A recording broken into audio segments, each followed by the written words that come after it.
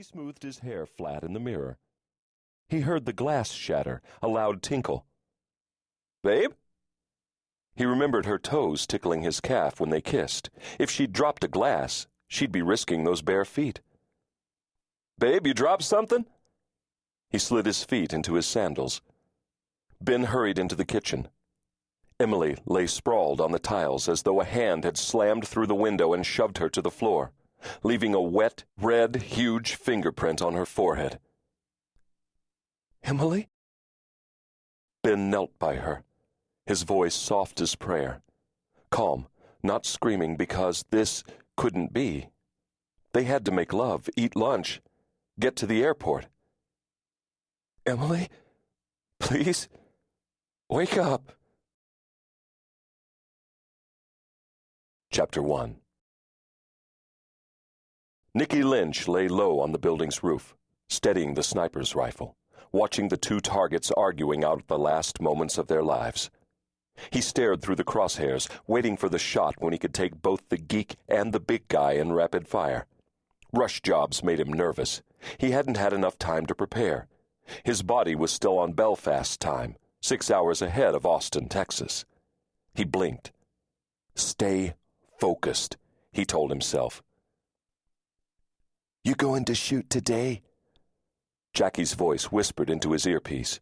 His brother waited in the lobby of the office building across the street, anxious for Nicky to work his double-shot magic so Jackie could go inside Adam Reynolds' office and finish the job.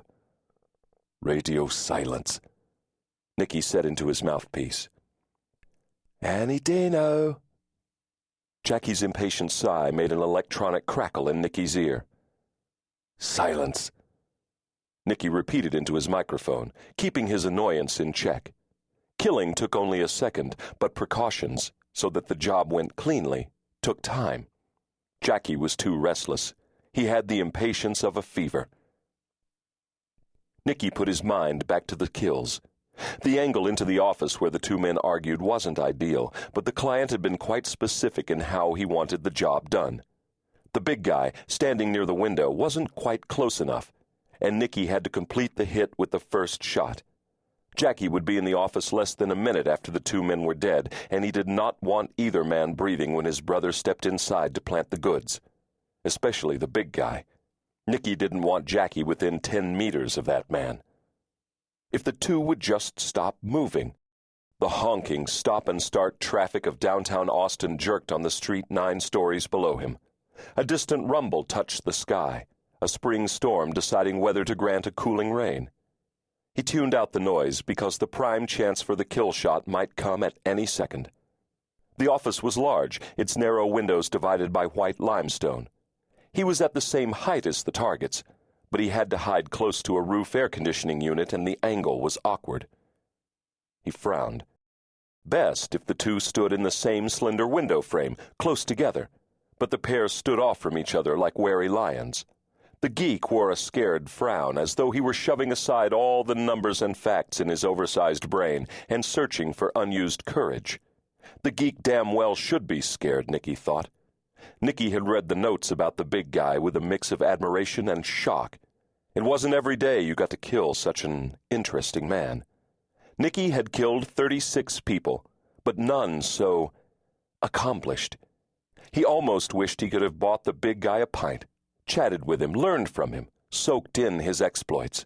But the very best ones, he thought, always kept their secrets. Now the big guy laughed. Nicky wondered what the hell was funny, and the big guy moved halfway into one window's frame, but not far enough for a certain shot. And then the geek pulled a gun from his desk and aimed it at the big guy. Nicky held his breath. Maybe they'd do his job for him, kill each other, and he could just watch.